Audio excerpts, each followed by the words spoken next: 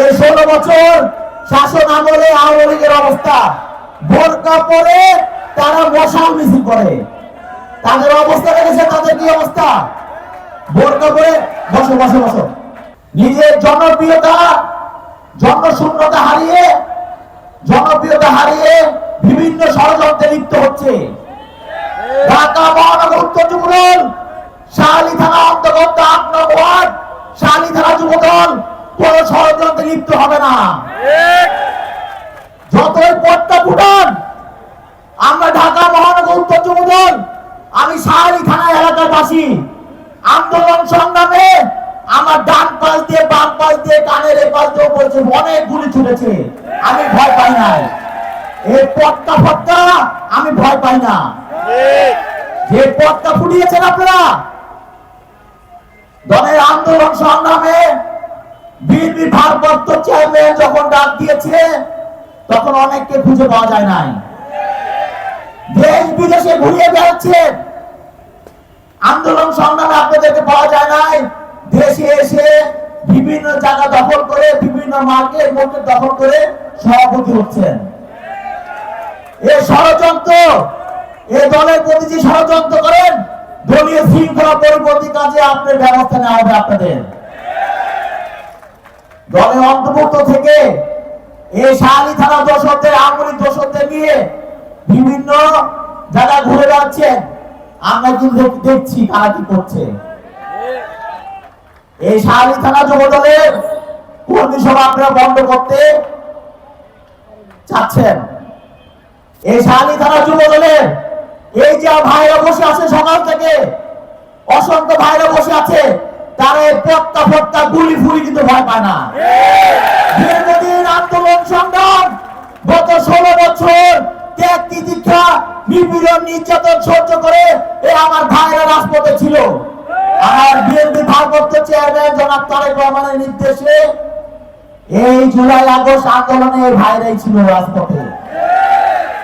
সকাল থেকে অনেক বড় বড় মিছিল এসেছে, শত শত নেতা কর্মী এসেছে, শত শত মানুষ এসেছে। এখন যারা বসে আছে এরাই ত্যাগী, এরাই নির্যাতিত। নেতৃবৃন্দ, গত 16 বছর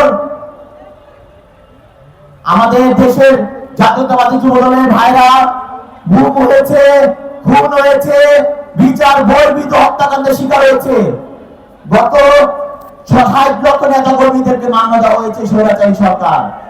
আমরা এই শাহালি থানা ঈদগাহ মাঠে আগে অনেক সভা সমাবেশ করতে চেয়েছিলাম, এই আওয়ামী লীগ দোষরদের কারণে কিন্তু করতে পারেনি। আজকেও কিন্তু এলাকা দেখেন, এখন আওয়ামী লীগ দোষররা কিন্তু অবস্থান করছে, তারা কিন্তু এখন আমাদের পিছিয়ে লেগে আছে। এই এলাকায় অনেক জায়গায় আমরা মাইক দিয়েছি, মাইকের তার কিন্তু কেটে দিয়েছে। আপনাদের আইডেন্টিফাই করতে হবে এরা কারা, আপনার সাথে কারা ঘুরছে এবং কারা এইসব কাজ করছে, এদেরকে আইডেন্টিফাই করতে হবে, না হলে কিন্তু সংগঠন পরিচালনা করতে পারবেন না। এত বড় বড় মিছিল আমার দরকার নাই। দীর্ঘদিন আন্দোলন সংগ্রাম যারা করেছে, যারা ত্যাগী, নির্যাতিত, যারা নিপীড়ন নির্যাতন সহ্য করেছে, তাদেরকে দিয়ে কিন্তু কমিটি হবে।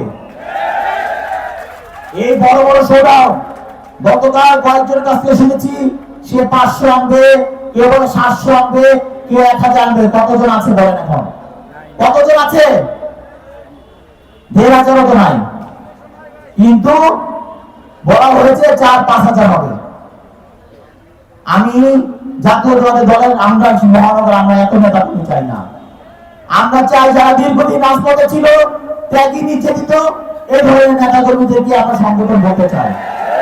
যারা মামলা খেয়েছে, যারা নিপীড়ন নির্যাতন সহ্য করেছে স্বৈরাচারী আমলে, যারা আন্দোলনে ছিল, এদেরকে দিয়ে কিন্তু কমিটি হবে, কোনো হাইব্রিড দিয়ে হবে না। যত এসে বলে ভাই আমার কাছে কিন্তু 100 লোকজন আছে, আমি আপনার সাথে সংগঠন করতে চাই। এই দীর্ঘদিন আমরা যখন 16 বছর রাজপথে ছিলাম, এই 100 জন কোথায় ছিল? ছিল না।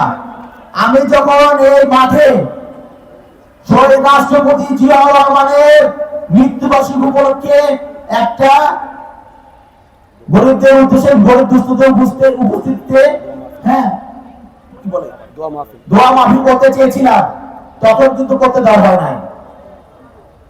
এই যে 100 জন 200 জন বলে, এখন এসে বলছে যে আমার কাছে 200-300 আছে, 100 জন আছে, এরা কিন্তু এদেরকে কিন্তু দেখতে পারি নাই।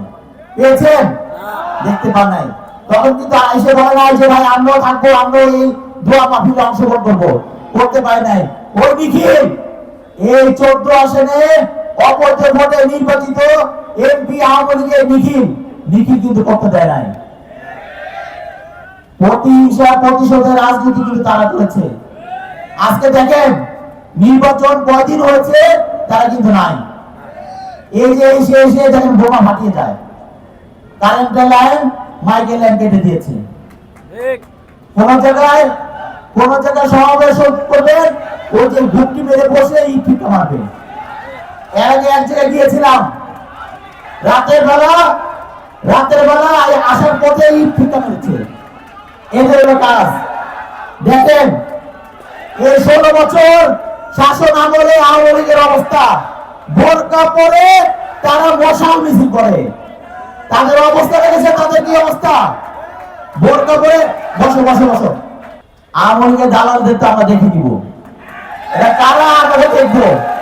এবং যারা আওয়ামী লীগ দালালদের আশ্রয় প্রশ্রয় দিচ্ছে, সাথে নিয়ে ঘুরছে, তাদেরকে আমরা দেখে নিব।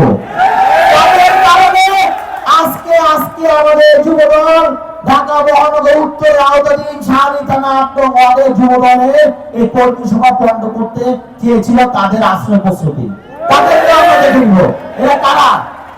এরা যদি আমাদের বিএনপি নামদারি হোক, তাদেরকে আমরা দেখে নিব।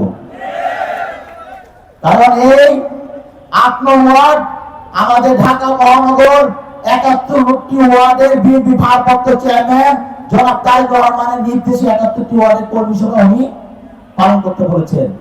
এটা বিএনপি ভারপ্রাপ্ত চেয়ারম্যানের নির্দেশ ক্রমে এই কর্মী সভা আমরা এই শাহী থানা 8 নং ওয়ার্ডে পালন করতেছি। যারা এই পণ্য করতে চেয়েছে, যাদের আশেপাশে এই দর্শকরা ঘুরে বেড়াচ্ছে, তাদেরকে আমরা দেখে নিব।